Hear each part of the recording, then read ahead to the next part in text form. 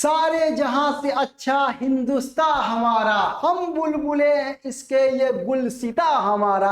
Hello my champions, अड्डा 24 से SST दरबार में आपका दिल खोल के स्वागत है। मैं आपका एसएसटी मेंटर से एमडी सर। शुरुआत करते हैं भाई आज का नया टॉपिक और दिल को छू जाने वाला, क्योंकि हमारे देश के बारे में है मेरे भाई, भारत में राष्ट्रवाद। तो आइए शुरुआत करते हैं भारत में राष्ट्रवाद। अब बात आती है सर, इससे पहले हम लोग और भी कुछ पढ़ लिए थे, बिल्कुल पढ़ लिए थे, उन बातों को भी आपको मैं समझाने वाला हूं। चलिए अब हम लोग एक एक करके हम लोग क्या करते हैं, सबसे पहले पॉइंट को नोट करते हैं कि क्या क्या हम लोग जानने वाले हैं। यूरोप में राष्ट्रवाद, मैंने क्या कहा, यूरोप में राष्ट्रवाद पढ़ने वाले हैं। क्या बोल दिए, ओहो, भारत में राष्ट्रवाद मेरे भाई, भारत में राष्ट्रवाद पढ़ने वाले हैं। भारत में राष्ट्रवाद, भारत में राष्ट्रवाद। अच्छा, राष्ट्रवाद का मतलब किनको अभी तक याद है? पीछे के मैंने वीडियो में बताया था राष्ट्रवाद किसे कहते हैं। हाँ, राष्ट्र मतलब राष्ट्र से लगाओ, देशभक्ति को ही हम लोग राष्ट्रवाद कहते हैं। मैंने पहले भी पढ़ा चुका था। हम लोग जानते हैं कि राष्ट्रवाद की उत्पत्ति फ्रांस की क्रांति से उत्पन्न हुई थी। 1789 ईस्वी की जो क्रांति हुई थी फ्रांस में, वहां से राष्ट्रवाद की भावना उत्पन्न हुई और यूरोपीय देशों में धीरे धीरे फैलकर पूरे दुनिया में यह फैल गई। क्योंकि फ्रांस की क्रांति से जर्मनी में ये बातें पहुंची, इटली में बातें पहुंची, ईरान में बातें पहुंची, हंगरी में ये बातें पहुंची और वहां पर राष्ट्रवाद के कारण उन नए नए देशों की उत्पत्ति हुआ। उसी प्रकार से दुनिया के अन्य देशों में भी ये राष्ट्रवाद की भावना बहुत ही तेजी से फैला। तो भारत में ये राष्ट्रवाद की भावना कैसे उत्पन्न हुई? हमारे देश के लोगों के दिलों में एकता की भावना कैसे उत्पन्न हुई? मैं बता देना चाहता हूं कि हमारा भारत जो था, जो आज भाई आप लोग देखते हैं, वह भारत नहीं था पहले। मतलब मैं कहना यह चाह रहा हूं कि हम जो आज भारत देख रहे हैं, जिसमें 28 राज्य हैं और 2800 राज्य जो दिखाई दे रहे हैं आपको, बिहार, झारखंड, उत्तर प्रदेश, छत्तीसगढ़, झारखंड, आंध्र प्रदेश, तमिलनाडु, राजस्थान, ये तमाम प्रकार के जो राज्य हैं ये नहीं थे। ये भारत जो था ना, हमारे टुकड़ों में बटा हुआ था। हमारे देश जो था 565 रियासतों में बटा हुआ था। यहाँ के लोग कुछ और ही सोच रहे थे, यहाँ के लोग कुछ और ही सोच रहे थे, यहाँ के लोग कुछ और ही सोच रहे थे, यहाँ के लोग कुछ और ही सोच रहे थे, यहाँ के लोग कुछ और ही सोच रहे थे, यहाँ के कुछ लोग और ही सोच रहे थे। मतलब कि यहाँ के लोग कुछ और ही सोच रहे थे। ये इसका मतलब कि हमारे देश में सभी लोग अपने आप को अलग थलग मान रहे थे, अपने अलग अलग रियासतों को मान रहे थे। इसीलिए हमारे देश के लोगों में कोई राष्ट्रवाद, कोई भक्ति, कोई देश प्रेम की बातें ही नहीं थी। तब बातें बताइए कि तब कैसे आखिर राष्ट्रवाद हमारे देश में फैला? समझ में? तो हुआ क्या कि अंग्रेज हमारे देश में कई सालों तक राज कर रहे थे। समझ में आया? इससे पहले हम लोगों पे डोमिनेट हो चुके थे और अपनी ऐसी नीतियां लागू की थे, ऐसे अपने कुकर्म काम किए थे, जिससे सभी भारत के लोगों पर प्रभाव पड़ा था। सभी लोग तरसते। सबसे पहले उन्होंने राजाओं को खत्म किया। राजा इसी तरह क्या कर रहे थे, नवाब, राजा सारे के सारे उसके विरोध में थे। फिर जमींदारों को उन्होंने ऐसा ममोड़ के चमोड़ दिया, उनका हक को खत्म कर दिया। जमींदार भी गुस्से में थे। उसी प्रकार से किसानों को उन्होंने सताना शुरू किया, आदिवासियों को खत्म किया, शिक्षकों को उन्होंने, यहाँ तक कि एजुकेशन सिस्टम पे भी, और जो मिल मालिक है, मजदूर है, तमाम प्रकार के देश के लोगों को उन्होंने कचूमर निकाल दिया। अपने नीतियों के माध्यम से उनको त्रस्त कर दिया, सताया, मारा, निचोड़ा, समझ में, शोषण किया। लंबे समय तक ये कर रहे थे। अब सबका दुश्मन एक ही है, कौन? अंग्रेज। अब हमारे देश में अलग अलग सारे लोग हैं, अलग अलग रियासतों के हैं, मगर सबका एनिमी कौन है? सबका एनिमी एक ही है। सबका अब एनिमी कौन हो गया भाई? तो सबका एनिमी एक ही हो गया, अंग्रेज। मतलब सबका दुश्मन कौन हो गया? अंग्रेज। अब ये अंग्रेज जो है सबका दुश्मन, जमींदार का भी, किसान का भी, दुकानदार का भी, शिक्षक का भी, स्टूडेंट का भी, इसके अलावा नवाबों का भी, तमाम प्रकार के लोगों का सबका दुश्मन है। अब अंग्रेज का कहीं भी विरोध हो रहा था तो सारे लोग जुट जा रहे थे, हाँ हाँ मारना चाहिए, हाँ हाँ अंग्रेजों को भगाना चाहिए, हाँ हाँ इसको हटाना चाहिए। सारे लोग, अब सभी लोग जब इकट्ठा आते हैं तो एक दूसरे को इंटरेक्ट करते हैं, वो कहाँ से आया है, किस प्रकार से है, नाम पूछते हैं, एक दूसरे से गांव पूछते हैं, एक दूसरे से हाथ मिलाते हैं, दोस्ती करते हैं, अपनी जाति बताते हैं, अपने धर्म बताते हैं, अपनी संस्कृति की इजहार करते हैं, यानी वो बताते हैं, सामने रखते हैं। सभी लोगों में एकता बढ़ने लगती है, सभी में भाईचारा बढ़ने लगती है, सभी लोग अपने आप को एक मानना शुरू कर देते हैं। और यही एकता के जो भावना उत्पन्न हुई, यही धीरे धीरे देश में राष्ट्रवाद की भावना को खींच रही है। और सारे लोग अब ग्रुप बनाने लगे, सारे लोग अब एक होने लगे मेरे भाई। और सारे लोग जब एक होने लगे तो अब देश की, अब राष्ट्र की भक्ति जगेगी, राष्ट्र की परिकल्पना किया जाएगा और इन अंग्रेजों को मारकर भगाने की कोशिश किया जाएगा और एक राष्ट्र होने की परिकल्पना किया जाएगा। ऐसे हमारे देश में राष्ट्रवाद की भावना जगती है, ऐसे हमारे देश में देशभक्ति जगती है। इन्हीं परिघटनाओं के कारण, अंग्रेजों के नीतियों के कारण, अंग्रेजों के खराब कुकर्मों के कारण, शोषण के खिलाफ के कारण, इन्हीं आंदोलनों के जरिए भारत में राष्ट्रवाद जगती है। ओके, सभी बच्चों को कोई दिक्कत नहीं, सभी बाबू ठीक है? अच्छा चलिए ठीक है। अब ये सारी बातें समझ में, कैसे राष्ट्रवाद हमारे देश में जगह, कैसे हमारे राष्ट्रवाद उत्पत्ति हुआ, समझ में ही बात है। तो अब मजे की बात यह है कि राष्ट्रवाद, सभी लोगों में चिंगारी एकदम आग लग गई थी, भाई अब कोई हमारा साथ दे देना, इन अंग्रेजों को निचोड़ दिया जाएगा, खत्म करे।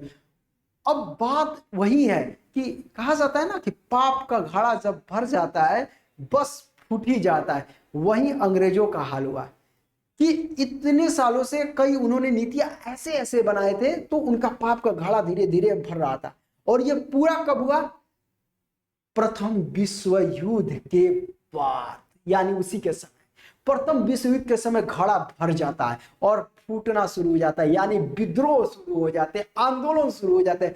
क्योंकि हमारे देश में एक तो प्रथम विश्व युद्ध के कारण ऐसी देश में स्थितियां उत्पन्न हो जाती है, ऐसे ऐसे माहौल उत्पन्न हो जाते हैं, ऐसे ज्यादा से ज्यादा ऐसी खराब स्थिति हो जाती है कि लोगों को अब चैन नहीं रहता है, लोग एकदम बेचैन हो जाते हैं कि आंदोलन भाई करना है, इनको मारना है। और इसी में एक प्रेरणा के रूप में, एक सहायता करने वाले, एक हीरो के रूप में एंट्री हो जाती है भाई गांधी जी का।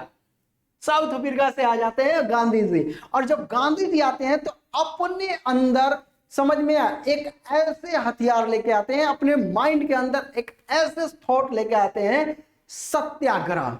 और सत्याग्रह उन्होंने एक ऐसा हथियार के रूप में यूज किया, लोगों को इतना ज्यादा मतलब कि उनको आकर्षित किया कि सारे लोग चुंबक की तरह उनके साथ जुड़ते गए।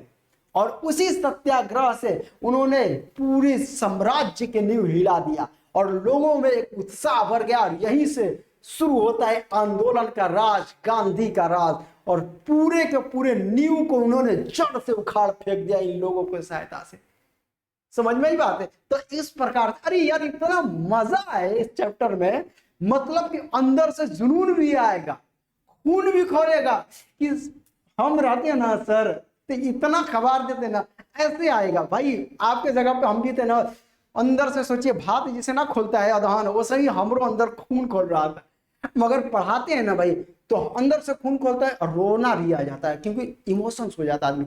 सच में बता रहे हैं, क्योंकि हमारे देश के लोगों ने इतनी बलिदान दिया यार, अभी मतलब कि अभी रो देंगे, ठीक है, बहुत ज्यादा दिक्कत होती है। आगे आप अभी बातें बताएंगे, ठीक है। तो कैसे हमारे देश में पड़ा आंदोलन। अब प्रथम विश्व युद्ध के बारे में सबसे पहले थोड़ी सी बातें हम पूरा वर्ल्ड के माध्यम से समझाने का प्रयास करते हैं। थोड़ी सी वर्ल्ड का मैप बनाएंगे भाई, ताकि आप लोगों को थोड़ी सी बातें समझ में आ जाए। छोटा ही बनाएंगे। अब थोड़ी सी मैप क्यों बना रहे हैं, देखो भाई हर चीज को ना अलग अलग तरीके से समझना हम लोग के लिए जरूरी है। अब अब नहीं समझ पाइएगा अलग अलग तो थोड़ा सा दिक्कत होता है, ठीक है। थोड़ा सा इसको छोटा कर देते हैं ताकि हमको बनाने में आसानी रहे।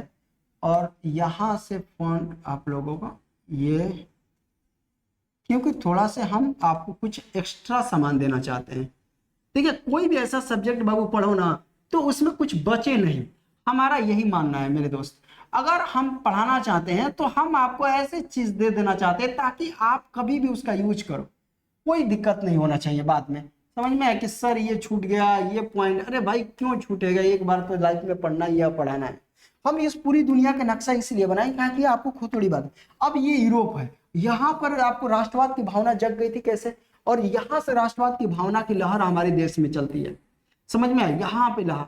और इस प्रकार से भारत में अंग्रेजी नीतियों के कारण, अंग्रेज के जो अलग अलग खराब और शोषण नीतियों के कारण लोग आंदोलन के जरिए इकट्ठा होते हैं और राष्ट्रवाद की भावना जगती है, समझ में आया। तो इस प्रकार से ये यहाँ से यहाँ तक की सफर होती है।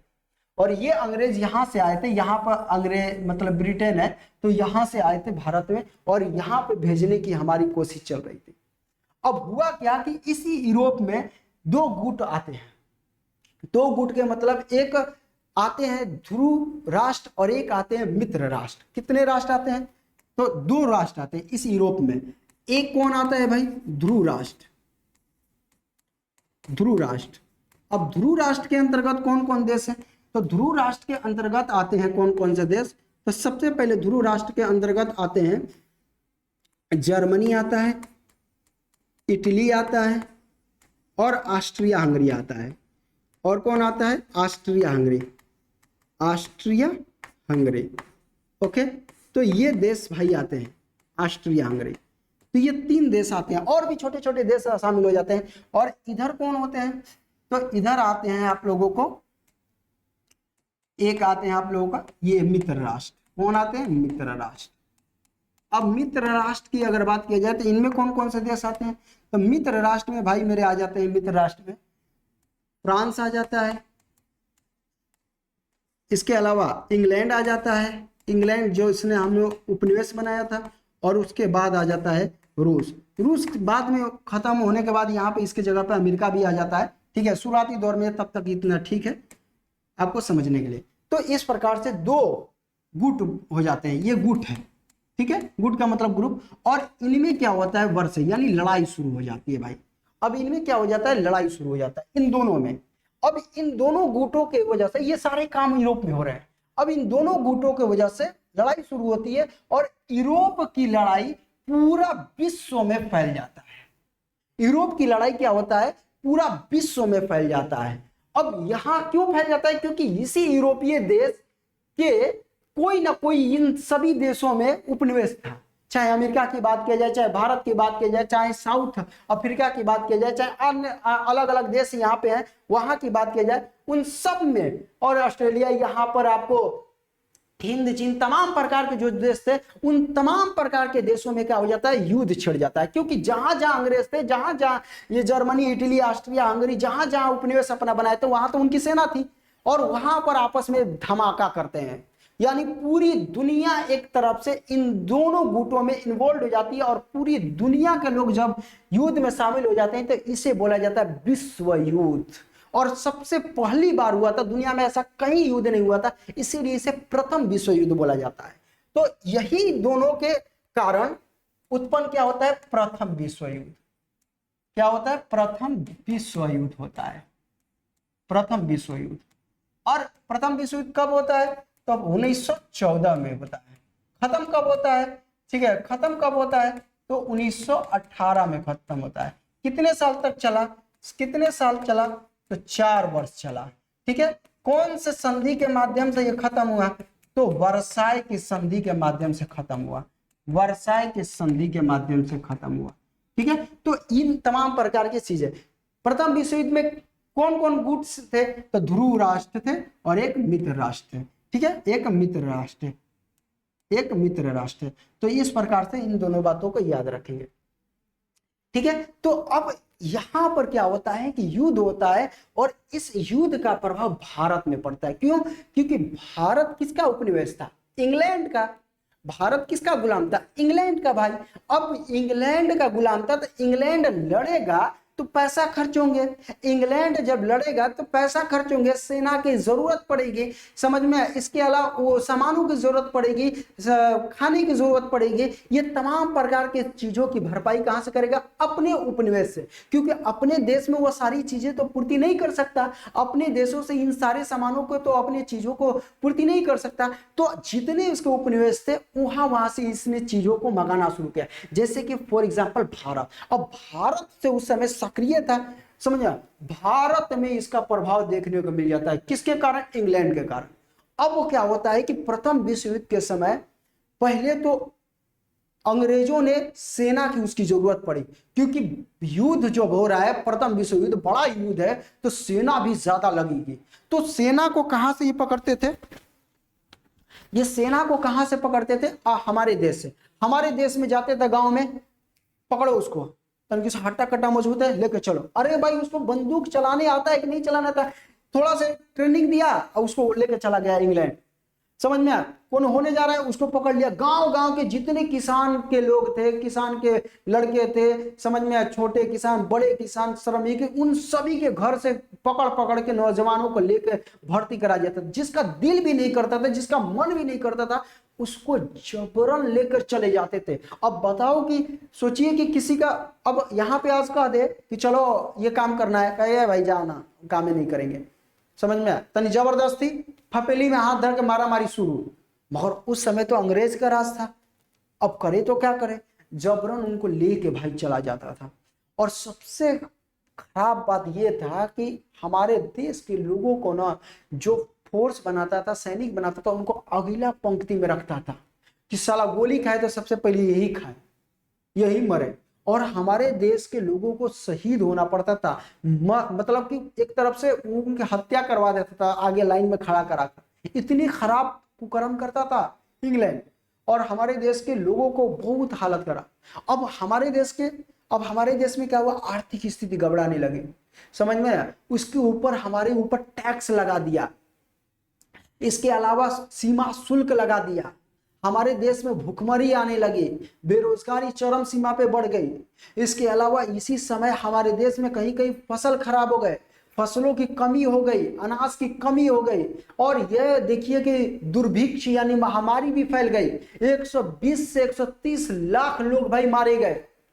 इससे पता चलता है कि इंग्लैंड वालों को, अंग्रेजों को कोई चिंता नहीं थी भाई कितना लाख मरे कितना नहीं, अपने आप को वह क्या करते थे, सुरक्षित रखते थे। गांव घरों में सड़े हुए नालियों में पानी बहे, महामारी गंदगी के चलते महामारी फैले, हमें कोई मतलब नहीं, कोई सफाई नहीं करेंगे, तुम मरो भेड़ मकड़ी की तरह, मकोड़े की तरह, कीड़े मकोड़े की तरह, हमें कोई चिंता। अब लोगों में ये सब बातों को लेकर गुस्सा उत्पन्न होने लगा कि भाई अंग्रेज हमारे लिए कुछ नहीं कर रहे, इतनी खराब परिस्थिति हो गई, हर जो भी चाह रहे हैं अपने मनमानी कर रहे हैं।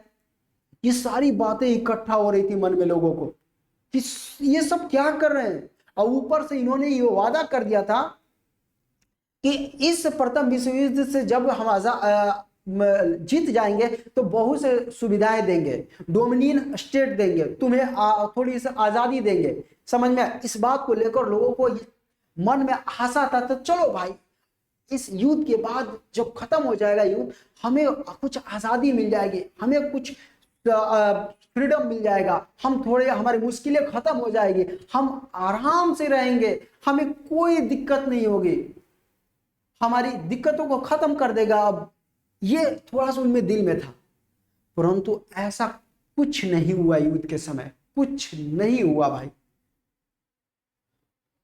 अब नहीं हुआ तो यहीं से शुरू होता है एक बड़ा विस्फोट और आंदोलन शुरुआत। मगर इसी प्रथम विश्व युद्ध के समय भारत में एक हीरो आ चुका था, और उस हीरो का नाम क्या था? महात्मा गांधी। क्या नाम था? महात्मा गांधी।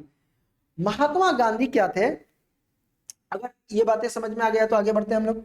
मतलब हम ये कह रहे हैं, महात्मा गांधी अब क्या हो गए थे, एंट्री कर चुके थे हमारे देश में। महात्मा गांधी प्रथम विश्व युद्ध के समय क्या हो गए थे, महात्मा गांधी आ गए थे। महात्मा गांधी,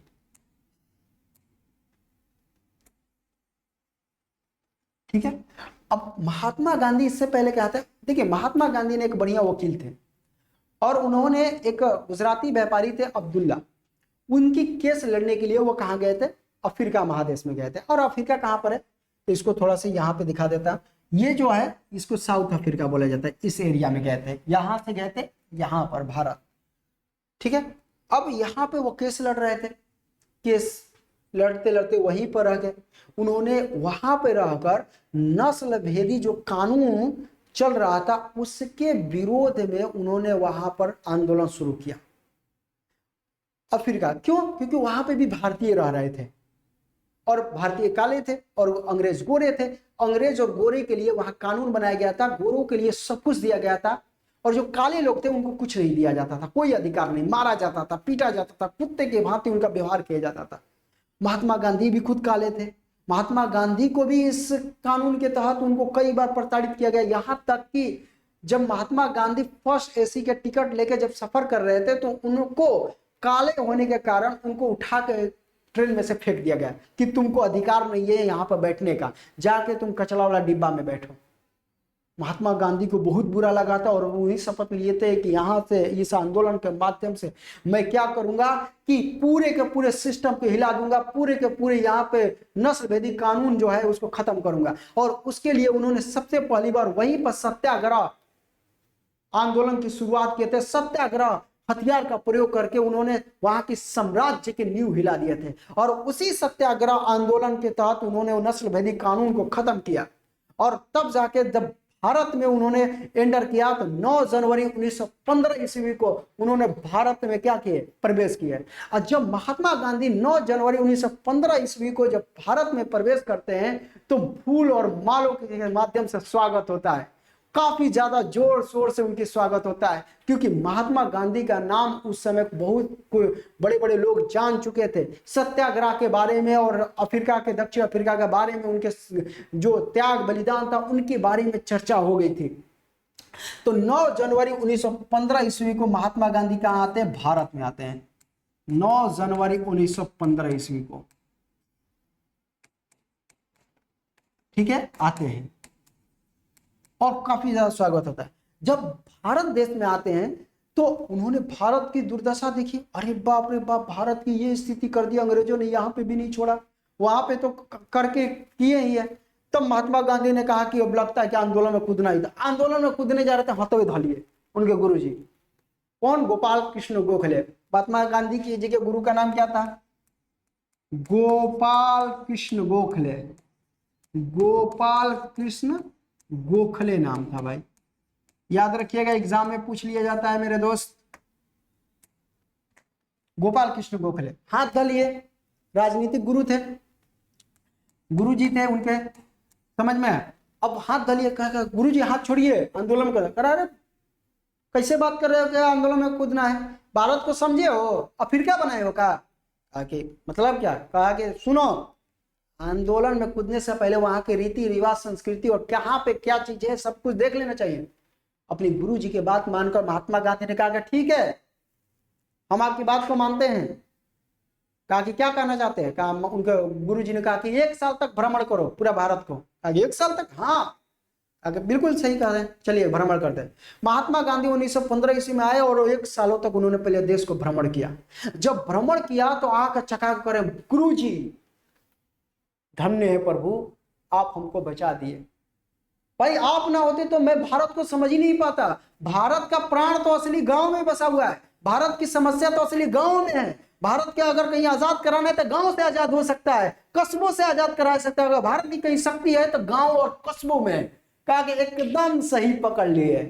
अब ना आया ऊंट पहाड़ के नीचे, कहा कि महाराज गुरु गुरु होता है भाई, समझ में। तो गांधी जी ने इन बातों को समझा कि नहीं, शहरों से काम नहीं करना है, गांव से काम करना है। अगर गांव के लोग हमारे साथ आ जाते हैं कि माई का लाल नहीं है कि अंग्रेज यहाँ पे टिक सके, क्योंकि उखाड़ के जड़ फेंकेंगे गांव के लोग ही।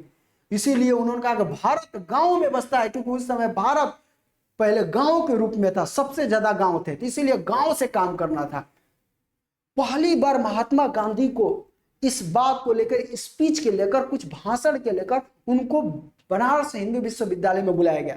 उनको इनविटेशन दिया गया, गांधी जी आइए, आप लोग अपनी बातों विचारों को रखिए।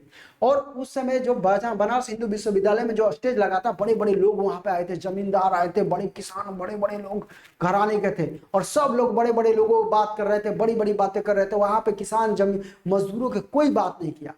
लास्ट में महात्मा गांधी को मिलता है बोलने के लिए, और उन्होंने जब बोलना शुरू किया तो उन्होंने जो उनको बुलाया था, जो बड़े बड़े जमींदार, बड़े बड़े घराने के लोग बुलाए थे, उन्हीं समाज का बुराई करने लगे। सभी लोग हड़कंप मच गया, अरे हम ही लोग की बुराई करने लगे, पीछे से करने लगा। अरे भाई क्या बोल रहे हैं गांधी जी, हटिए। हमारे देश में, हमारे समाज में, हमारे मजदूरों को, हमारे किसानों को कोई नहीं पूछता है, उनके समस्याओं को कोई नहीं देखना चाहता है। अगर किसी देश में, अगर हमारे देश को आजाद कराना है, अगर हमारे मुल्क को आजाद कराना है, कंट्री को आजाद कराना है, सबसे पहली बार हमारे इस समाज में किसानों, मजदूरों, श्रमिकों की बात सुननी पड़ेगी। उनके कमियों को पूरा करना पड़ेगा, उनके समूह के साथ आना पड़ेगा, तब हमारा यह देश आजाद हो सकता है। इस बात को सुनकर सारे किसान मजदूरों के दिल में एक मोहब्बत सी जगती है, महात्मा गांधी के चुंबक की तरह आकर्षित होते हैं। सारे जो जमींदार पीछे बैठे थे, रजवाड़े पीछे, उनकी बुराई सुनकर वह खुद को अपने अपमानित महसूस करते थे, मगर महात्मा गांधी ने इन बातों पर ध्यान नहीं दिया और वास्तविकता पर प्रहार करते हुए किसानों और मजदूरों लोगों का आह्वान किया। उनके दिल में एक आग फूंक दी, जान फूंक दी, कहा कि यही लोग हैं जो देश को आजाद करा सकते हैं। सभी लोग तालियां बजाने लगे, तता तता। महात्मा गांधी, इस बात को लेकर अलग अलग किसानों में हलचल सी मच गई कि हमारे भी कोई बात करने वाला है, हमें भी कोई पहचानने वाला है, हमारे दुखों को समझने वाला कोई है। महात्मा गांधी, इस बात को हमारे बिहार के चंपारण जिला में बात पहुंच गई। वहां के किसान जो नेता थे उनमें चर्चा चलने लगी, कहा कि ऐसा बात है। हाँ, हमारे चंपारण के जो बिहार जिला है, और बिहार जिला थोड़ा सा दिखा देते हैं आप लोगों को बिहार कहां पर है, एक रफली मैप बना देते हैं ना। अब यहां पर पश्चिमी चंपारण है, ठीक है। अब यहां पर पश्चिमी चंपारण था। अब यहीं के लोग वहां के जो किसान थे, राजकुमार शुक्ला, उन्होंने कहा कैसी बात है। उन्होंने कहा कि हम जाएंगे और महात्मा गांधी से भेंट करेंगे। तो पता लगा कि कहां महात्मा गांधी मिलने वाले। तो 1916 ईस्वी में लखनऊ में एक समझौता होने वाला था, कांग्रेस सम्मेलन होने वाला था, लखनऊ समझौता। वो पता चला कि महात्मा गांधी वहीं आने वाले। महात्मा गांधी को वो लोग मिलने के लिए राजकुमार शुक्ला चल दिए, और 1916 ईस्वी में सम्मेलन के दौरान प्रणाम उन्नम किए गांधी जी का और अपना दुख सुनाए। महात्मा गांधी ने कहा क्या बात है। कहा कि हम बिहार के चंपारण जिले से हैं। राजकुमार शुक्ल कह रहे हैं, हम बिहार के चंपारण जिले से हैं, और हमारे राज्य में, हमारे क्षेत्र में एक व्यवस्था है, बहुत ही शोषित व्यवस्था है, 3 कठिया प्रणाली। और 3 कठिया प्रणाली के तहत हमारे खेतों में, समझ में, नील की खेती कराई जाती है। महात्मा गांधी का क्या दिक्कत है, नील खेती भाई नकदी फसल है, पैसा मिलेगा। कहा कि नहीं महाराज, नील की खेती हमारे किसान करना ही नहीं चाहते हैं। महात्मा गांधी ने कहा क्यों नहीं करना चाहते। कहा कि 3 कठिया प्रणाली की तहत जो नील की खेती है वो बड़ा कष्टदायक है। जब नील बोई जाती है उस समय धान की खेती की जाती है। अब बताइए कि हम धान बोए कि नील बोए। धान बोते हैं तो अंग्रेज मारते हैं, फसल को खराब कर देते हैं, और नील बोते हैं तो नील बोने की वजह से जमीन की उर्वरता खत्म हो जाती है, हमारे पास खाने के लिए अनाज नहीं आ पाते हैं। महात्मा गांधी ने कहा कि जो नील हो रहा है उसकी को बेच को।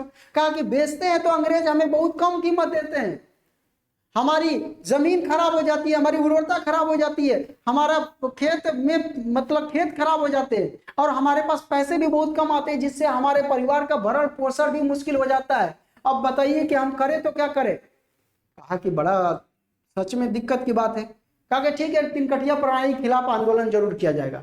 और महात्मा गांधी को चमकने का यही एक रास्ता मिला, सितारा बनने का जमीन मिला बिहार का। अब वहीं से शुरू होता है जर्नी। महात्मा गांधी ने कहा कि ठीक है, हम आपसे जरूर आकर मिलेंगे। कहा कि बिल्कुल। अब वहां से महात्मा गांधी से मिलकर चले गए राजकुमार शुक्ल, उन्होंने आश्वासन दिया कि आएंगे। अब 1917 ईस्वी की बात है। कब की बात है? 1917। अच्छा, 1917 ईस्वी की बात है। 1917 ईस्वी में महात्मा गांधी कहते हैं कि चलो राजकुमार शुक्ल जी ने जो बातें वो कही थी, चलो उसके लिए आंदोलन किया जाए। उनके लिए कहा कि यही सही समय है। महात्मा गांधी ने कहा कि ठीक है, अब चल दिए।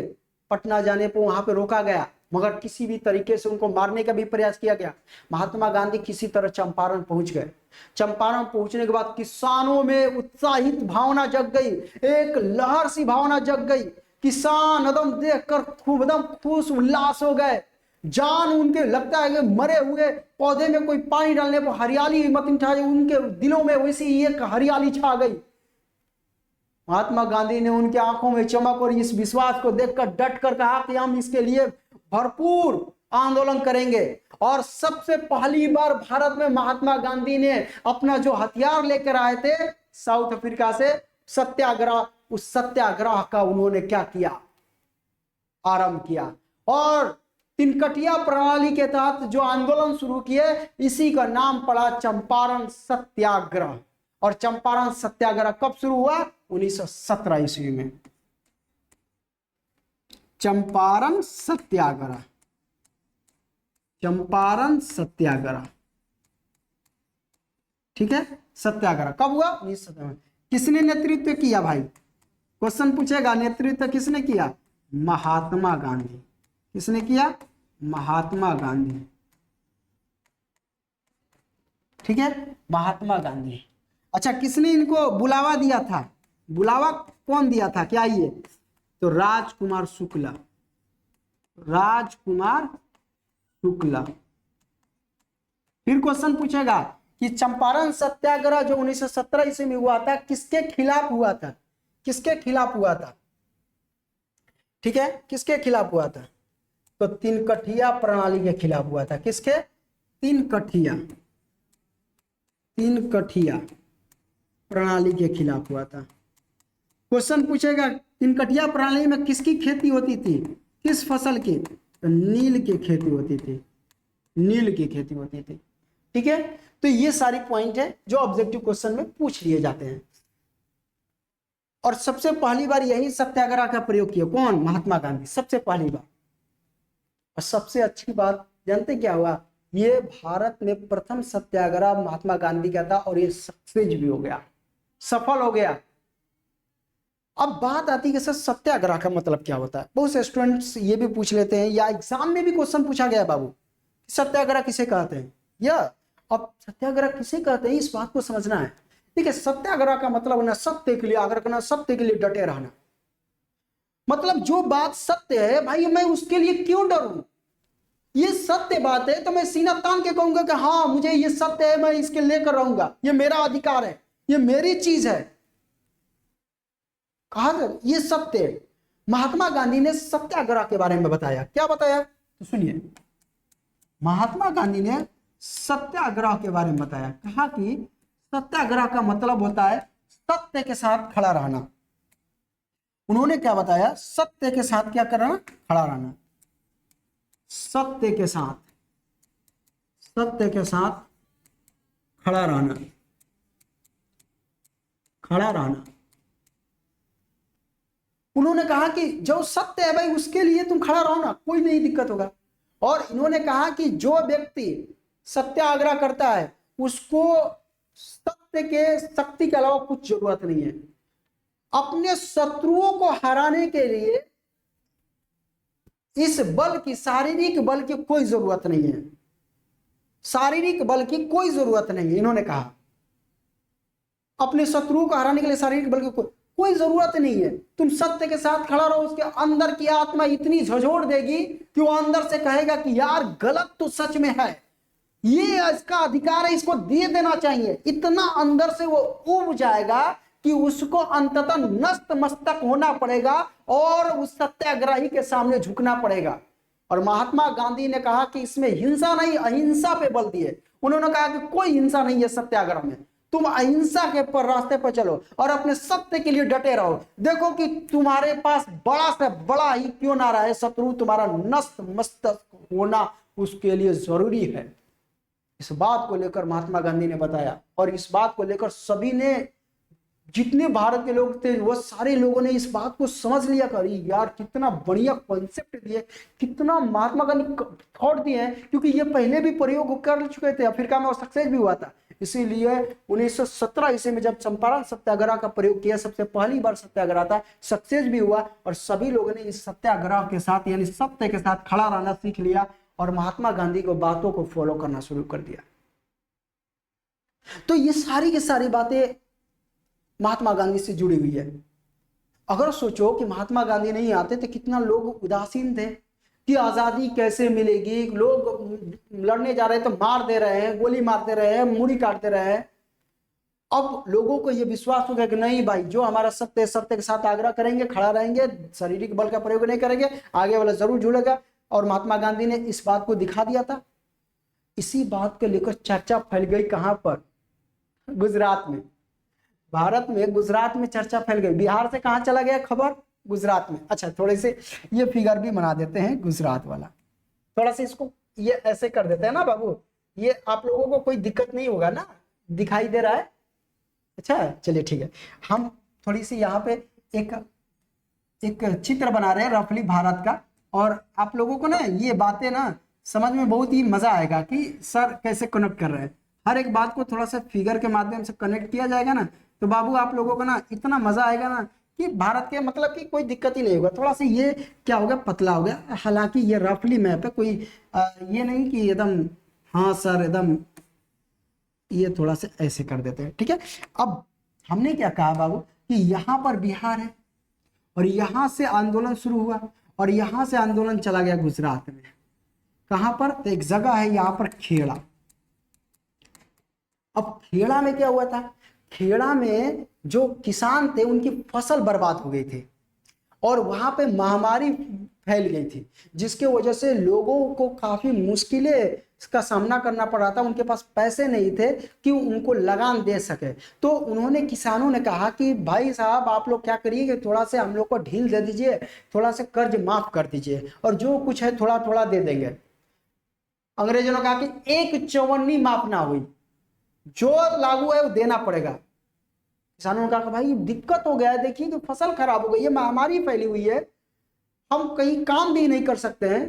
कहा कि वो कुछ होना जानते हैं, जो पैसा देना है आपको कर के रूप में देना पड़ेगा। ये तो जोर जबरदस्ती है, आप देख रहे हैं कि भाई खराब हो गई फसल, तब भी आपको समझ में नहीं आ रहा।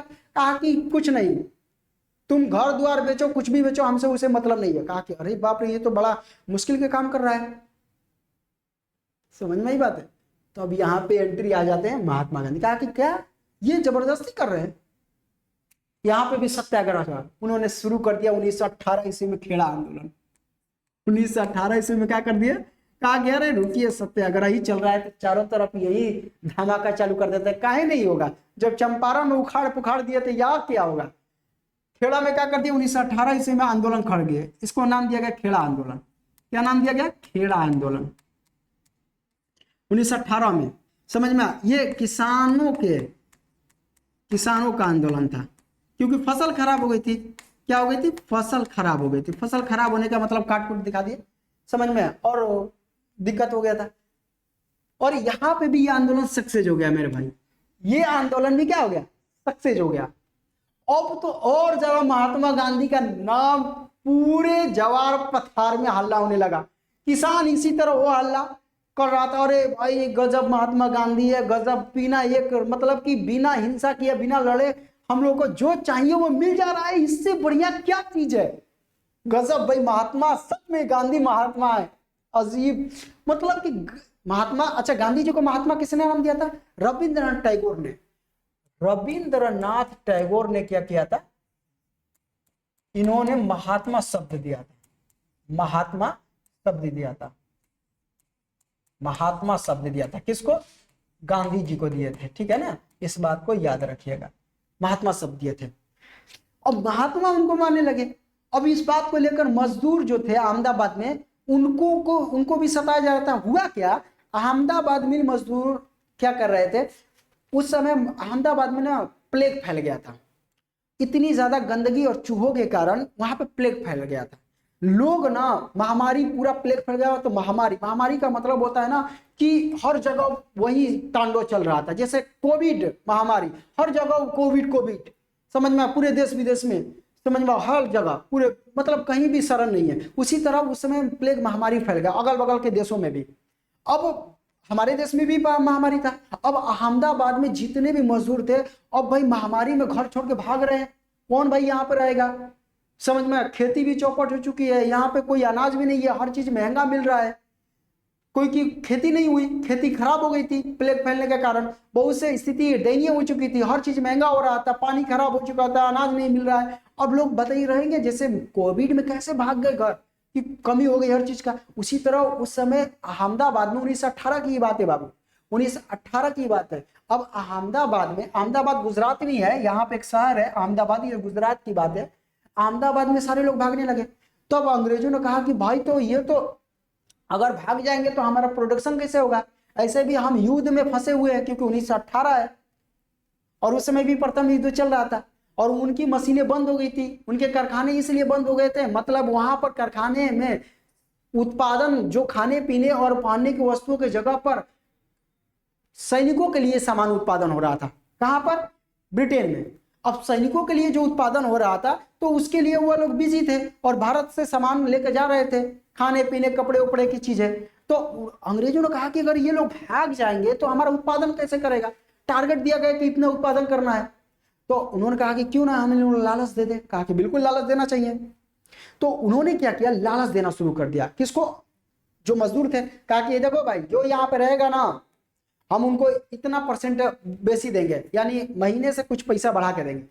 अब किसान भाई थे, सॉरी जो मजदूर थे, मजदूर अब सोच रहे थे चलो भाई हमको कुछ पैसा मिल ही रहा है तो रह जाते हैं, और उन्होंने रह गए। और कुछ दिनों में प्लेग खत्म हो गई। जब प्लेग खत्म हो गया तो अंग्रेजों ने बोनस देने से, जो पैसा बढ़ा के देने वाले थे, उसको मना कर दिया। उन्होंने कहा कि क्यों, कहा कि अरे भाई अब तो प्लेग खत्म हो गया है, अब प्लेग रहता तब न देते। मजदूर गुस्सा गए, कैसे, हम लोग अपनी जान पर खेलकर, हम मजदूर बनकर आपके काम किए, अगर हम मर जाते तो उस प्लेग में, उस महामारी में खत्म हो जाते तो। उन्होंने अंग्रेजों कहा कि प्लेग रहता तब न देते। कहा कि अरे प्लेग खत्म हो गया अच्छी बात है, मगर हम तो जान पर खेल के आपका काम किया, आपका मशीन चलाए, आपका मिल चलाए, आपका उत्पादन नहीं रुकने दिए। अब आप क्या कर रहे हैं कि ऊपर से आप कह रहे हैं कि अथू करिए। इस बात को लेकर महात्मा गांधी के पास बात चलती है। महात्मा गांधी ने क्या कहा, घबराने की बात नहीं है, मैंने 2 अभी सक्सेस कराया, ये तीसरा भी होगा। और मजदूर भी किसानों महात्मा गांधी के साथ जुड़ गए, और महात्मा गांधी की जब सपोर्ट मिला तो उन्होंने अहमदाबाद मिल मजदूर आंदोलन शुरू कर दिया। यहाँ पे भी ये सत्याग्रह चालू किया, और सत्याग्रह चालू हुआ तो ये भी सक्सेस हो गया मेरे भाई। तो ये भी क्वेश्चन पूछा जाता है कि अहमदाबाद मिल मजदूर आंदोलन कब हुआ। ठीक है, अहमदाबाद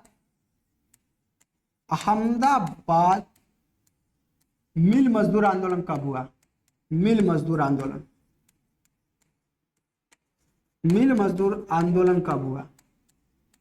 तो क्वेश्चन पूछेगा तो कब बताइएगा आप, 1918 में। यह भी कब हुआ, 1918 में। ठीक है, नेतृत्व कौन किया था इसका भी, तो इसका भी नेतृत्व गांधी जी ने ही किया था, याद रखिएगा। इसका भी नेतृत्व किसने किया, गांधी जी ने। और इसका नेतृत्व किसने किया था, भाई इसका भी गांधी जी ही ने किया था, मैं पहले भी बता चुका हूं। ओके, तो ये सारी की सारी बातें समझ में आ रही है। अच्छा, समझ में आ रही है, चलिए ठीक है। अब बाबू समझ में आया। तो गांधी जी ने इतने सक्सेस किए, अब चारों तरफ हर लोग, किसान, मजदूर, भाई ये तो पीढ़ी है, ये तो बेस है। अब दोनों जब एक हो रहे हैं तो ताकत बढ़ रही है भारत में। हर जगह आंदोलन का रुख अपना रहे हैं लोग, हर जगह सत्याग्रह सत्याग्रह, गांधी गांधी, हवाएं उठ रही है, तूफान उठ रहा है, हर जगह हलचल दिखाई देने लगा। समझ में, अंग्रेजों का विरुद्ध लोगों का डर धीरे धीरे खत्म दिखाई होने लगा। अब लोग आगे आने लगे, गांधी जी से जुड़ने लगे।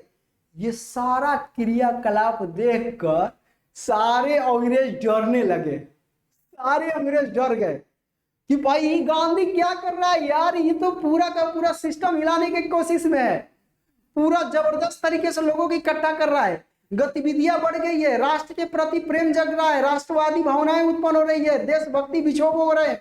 भाई ये गांधी आदमी है क्या। अब गांधी और गतिविधियों और राष्ट्रवादी भावनाओं को रोकने के लिए, लोगों को डराने के लिए अंग्रेजों ने एक कानून लागू कर दिया, एक कानून लाया जिसका नाम था रॉलेट एक्ट। कौन कानून था भाई? Rowlatt act. बड़ा मजा की बात है, यहाँ पे देखिएगा, यहाँ पे उन्होंने कानून ला दिया, कौन सा? Rowlatt act. ठीक है, रॉलेट एक्ट कानून ला दिया, रॉलेट एक्ट। अब ये कानून कब आया था? तो ये कानून आया था भाई 1919 ईस्वी में। कब आया था? 1919 ईस्वी में। अच्छा, इस कानून को क्या नाम दिया गया? इस कानून को गांधी जी ने काला कानून कहा। क्यों कहा था मैं बता रहा हूं, काला कानून कहा। हुआ क्या था, इस रॉलेट एक्ट कानून के तहत जितने भी भारत में गतिविधियां हो रहे थे, उन सारी गतिविधियों को उन्होंने रोकने का प्रयास किया। उन्होंने कहा कि ये लोग नहीं रुकेंगे ना तो पूरा का पूरा सिस्टम ही हिला के रख देंगे। तो उन्होंने क्या किया, इस कानून के तहत ये लिख दिया कि कोई भी आदमी ऐसा लगे कि यह आंदोलन करने या राष्ट्रवादी गतिविधियों में संलिप्त है, उनको शक के आधार पर दबोच कर जेल में भेज दिया जाएगा और 2 साल तक सजा दिया जाएगा। उस पर ना तो वो वकील उसका रखेगा, ना तो वो कोर्ट में पेश होगा, कोई भी दलील उलील सुनी नहीं जाएगा, कोई भी वकील नहीं रखेगा। डायरेक्ट भाई शक के आधार पर उसको दबोचा जाएगा कि भाई ये गतिविधि में है, राष्ट्रवादी गतिविधि में आंदोलन करने जा रहा है, ये गांधी जी के साथ देने जा रहा है, उसको दबोच कर कहां? जेल में।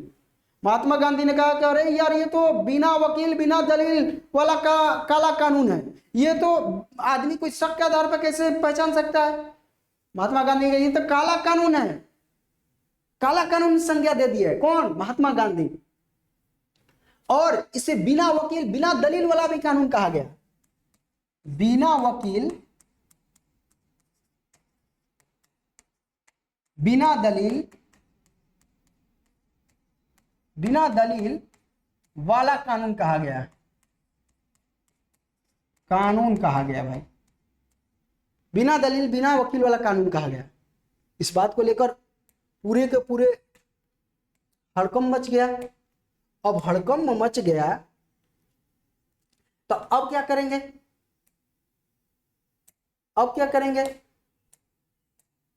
अब हुआ क्या कि हड़कंप मच गया। तो अब गांधी जी ने कहा कि 6 अप्रैल को हम क्या करेंगे, एक पूरे राष्ट्र स्तर पे एक आंदोलन शुरू करेंगे, एक सत्याग्रह आरंभ करेंगे और इस काला कानून को वापस लेने के लिए मजबूर किया जाएगा।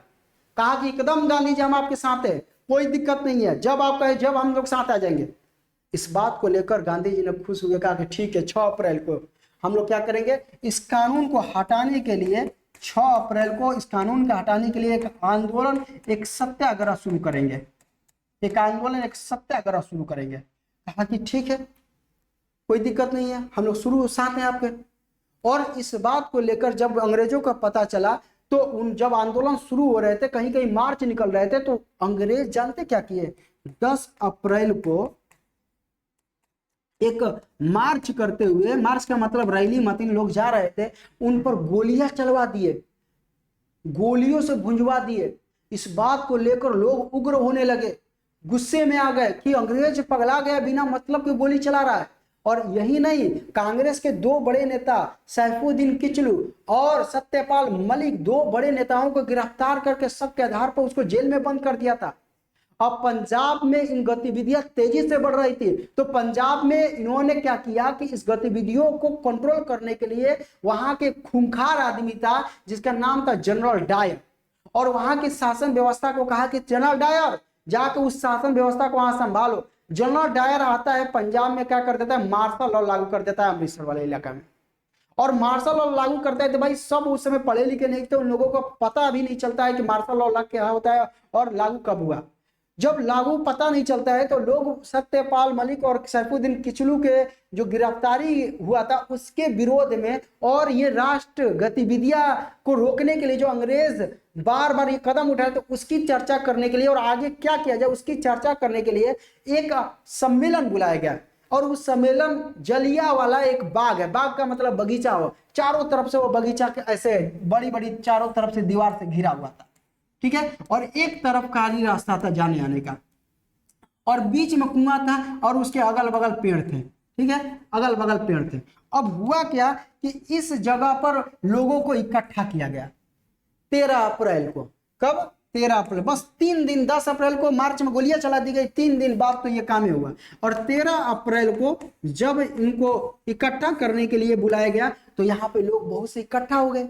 और जब इकट्ठा हो गए तो यहाँ पे बातचीत करने लगा और शांतिपूर्ण एकदम सम्मेलन हो रहा था। समझ में एकदम निर्दोष लोग, कोई दिक्कत नहीं था, कोई हल्ला नहीं था। मगर किसी तरह जनरल डायर को ये बात पहुंच जाती है, जनरल डायर को ये बात कानों तक पहुंच जाती है। आज जनरल डायर सन का आदमी था, समझ में, अपनी सेना लेकर आता है, पूरे फोर्स को कहता है कि खड़ा हो जाओ और यहाँ पे लाइन से खड़ा हो जाओ, समझ में आया। और गोली वोली भरवा के लेकर आया था और ऑर्डर दे देता है कि मारो इन लोगों को। भाई धमाक धा धा धा धा गोली चलाते बिना सोचे समझे, बिना कोई पूछे। भाई उस समय जलियांवाला बाग में चारों तरफ ऊंची ऊंची दीवार, तब लोग भागे किधर, इधर पुलिस है, समझ, उस जान बचाने के लिए कुआं में कूद रहे थे। तो कुआं में इतना लोग कूद गए कि आपस में ही ना दबा दबा के मर गए। भाई इतनी खराब परिस्थिति हुई थी हमारे देश में, और लोगों लथपथ हो गए, बच्चे बूढ़े सबको मार दिया इन लोगों ने, किसी को नहीं देखा। पूरे के पूरे आग, पूरे के पूरे लाशें बिछा दी गई, कई सैकड़ों लोग मारे गए। जलियांवाला बाग 13 अप्रैल 1919 ईस्वी 1919 ईस्वी की यह घटना है, और इस घटना को अंजाम देने वाला जनरल डायर है। और इस प्रकार से पूरी की पूरी सिस्टम को यहाँ पर लोगों ने इस बात को देखकर पूरे आंदोलन और विद्रोह एग्रेसिव हो गए, पूरे के पूरे एकदम मुंड बना लिए कि अंग्रेज अब रहने नहीं दिया जाएगा। महात्मा गांधी जब सुने तो करेजा पे हाथ रख लिया, अरे बाप रे बाप, इसने क्या कर दिया, सब हमारे देश के निर्दोष लोगों को मार दिया बिना कुछ पूछे। जनरल डायर से पूछा कि आपने ऐसा क्यों किया जब आपको मालूम ही था। जनरल डायर जानते हैं क्या जवाब देता है? जनरल डायर कहता है कि मैंने इन लोगों को दिल में डर पैदा करने के लिए और नैतिक जिम्मेदारी सिखाने के लिए मैंने ऐसे कहा कि ऐसे काम, ये कहा जनरल डायर ने, दिल में डर पैदा करने के लिए। ये लोग आगे बढ़ रहे थे, ये लोग मुंह, जब हम लोगों से आंख मिलाना सीख रहे थे, हम हर जगह सत्याग्रह आंदोलन पे चले जा रहे हैं, इन लोगों के अंदर जो डर पैदा होनी चाहिए वो डर मैंने पैदा करने के लिए गोलियां चलाया। अब ये खड़ा होकर दिखाए। महात्मा गांधी इन बातों को सुनकर आहत होते हैं। महात्मा गांधी कहते हैं कि इतने खराब काम, इतने कुकृत्य के काम कर सकते हैं। उन्होंने अपने दिए हुए अंग्रेजों का जो उपाधि है, उन्होंने उस उपाधि को लौटा दिया। उनको उपाधि दिया गया था कैसर ए हिंद की उपाधि। उन्होंने जो उपाधि दिया गया था, कौन सी उपाधि दिया गया था? कैसर ए हिंद की उपाधि। और इस कैसर ए हिंद की उपाधि को उन्होंने लौटा दिया। किसको? गांधी जी ने इसको दिया गया था, गांधी जी को, तो इसको उन्होंने लौटा दिया। और यही नहीं, जब रविंद्रनाथ टैगोर को भी पता चला, उनको भी जो अंग्रेजों ने उपाधि दिया था उसको भी उन्होंने लौटा दिया। कहा कि नहीं चाहिए तुम्हारी उपाधि, नहीं चाहिए तुम्हारा सम्मान। और रविंद्रनाथ टैगोर को नाइटहुड की उपाधि दिया गया था। रविंद्रनाथ टैगोर को कौन सी उपाधि दिया गया था? नाइटहुड की, नाइटहुड की भाई उपाधि दिया गया था, उपाधि दिया गया था। किसको? रविंद्रनाथ टैगोर को। तो इस प्रकार से इन्होंने यह उपाधि लौटा दिया। हर जगह लोग अब विद्रोह करने के मोमेंट में आ गए। और इसी बीच में एक छोटा सा विद्रोह शुरू हो रहा था, खिलाफत आंदोलन। क्योंकि अंग्रेज 1919 ईस्वी में एक आपको वर्साई की संधि के माध्यम से प्रथम विश्व युद्ध खत्म हो चुका था, और उस विश्व युद्ध में तुर्की हार चुका था। और तुर्की के खलीफा जो पद है, खलीफा को कहा जाता है धार्मिक गुरु, जो पूरे दुनिया के इस्लाम के धार्मिक गुरु होते हैं। क कहेंगे तो पूरे दुनिया के मुसलमान क कहेंगे, ख कहेगा तो यानी उसको एकता के रूप में बांधने का काम करता था जो खलीफा। उसके पद को खत्म कर दिया है, कहा कि दुनिया में अब खलीफा का पद नहीं रहेगा। जाओ देखते हैं कि कैसे दुनिया का मुसलमान अब एक होते हैं। उनको खत्म कर दिया, पूरा तुर्की को तबाह कर दिया। अब इस बात को लेकर दुनिया के मुसलमान आंदोलन करना शुरू कर दिया, और इसका प्रभाव भारत में भी पहुंचता है। और भारत में शौकत अली और अली मोहम्मद, उनके जो थे दोनों भाई, दोनों भाइयों ने क्या किया? आंदोलन शुरू कर दिया, खिलाफत आंदोलन। और खिलाफत जब आंदोलन शुरू कर दिए तो उन्होंने खिलाफत के मुद्दों को आगे लेके जाने लगे। तो महात्मा गांधी ने सोचा कि यही तो असली मौका है, जब एक तरफ मुस्लिम आगे निकल रहे हैं तो एक तरफ हमारे बाकी समाज के लोगों को इकट्ठा करने का सबसे बढ़िया तरीका है। और इसी बात को लेकर महात्मा गांधी ने इन दोनों को क्या किया, मर्ज करने की कोशिश किया और कहा कि यह असली और मौका है कि भारत में एक सबसे बड़ा जन आंदोलन बनाया जाए। उन्होंने खिलाफत के मुद्दे को और ज्यादा समर्थन दे दिया। उनके जो दोनों भाई थे अली बंधु, उन अली बंधु को एक करके कहा कि ठीक है एकदम लगे रहिए, हम भी आपके साथ है। खिलाफत के आंदोलन को महात्मा गांधी का समर्थन मिल गया। अब कुछ इस बात को लेकर जो कुछ कांग्रेसी नेता थे वो कहते थे कि नहीं गांधी जी, हमें धर्म के नेताओं के मामले में नहीं आने चाहिए। महात्मा गांधी ने कहा कि देखो भाई, धर्म के मामला नहीं, ये असली मौका है जब भारत के लोगों को एक करना है। हम हिंदू और मुसलमान और बाकी लोगों को इकट्ठा एक प्लेटफॉर्म पर लाएंगे तो आपस में इनकी एकता की भावना बढ़ेगी, इनमें राष्ट्रवाद की भावना बढ़ेगी।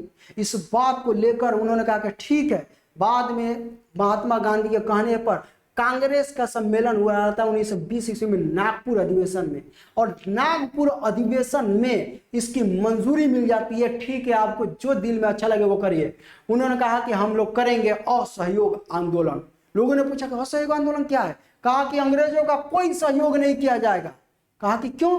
कहा कि भाई अंग्रेज जो भारत में आकर जमे थे वह भारतीयों के सहयोग से जमे थे, भारतीयों के सहयोग से गद्दी प्राप्त किए, भारतीयों के सहयोग से शासन कर रहे। तो अगर हम उनका सहयोग ही बंद कर दे तो वह तो फुटपाथ पे आ जाएंगे, रोड पे आ जाएंगे। महात्मा गांधी के इसको थॉट को सुनकर सभी लोग कहेंगे एकदम बढ़िया, एकदम सही। महात्मा गांधी पहली बार ऐसे व्यक्ति थे, पहला व्यक्ति थे जो भारत के लोगों को दिल में राज करना शुरू कर दिया। सबको इकट्ठा प्लेटफॉर्म पर लाए, सिर्फ राष्ट्र के नाम पे, ना तो जाति के नाम पे, ना धर्म के नाम पे, ना किसी भाषा के नाम पे, सिर्फ राष्ट्र के नाम पे। और इसी को बोला गया असहयोग आंदोलन, जो 1921 ईस्वी में शुरू होगा। क्लियर हुआ? ये शुरू होगा। तो ये सारी के सारे बाबू पॉइंट है, ये सारी के सारी बातें हैं जो आपको एक एक करके मैं जानना चाहता हूं। ठीक है, तो 1900 जो असहयोग आंदोलन होगा वो नेक्स्ट पार्ट में आएगा। अब क्योंकि अभी इतना ही, फिर मिलेंगे नेक्स्ट वीडियो में। Thank you for watching. जय हिंद, जय भारत।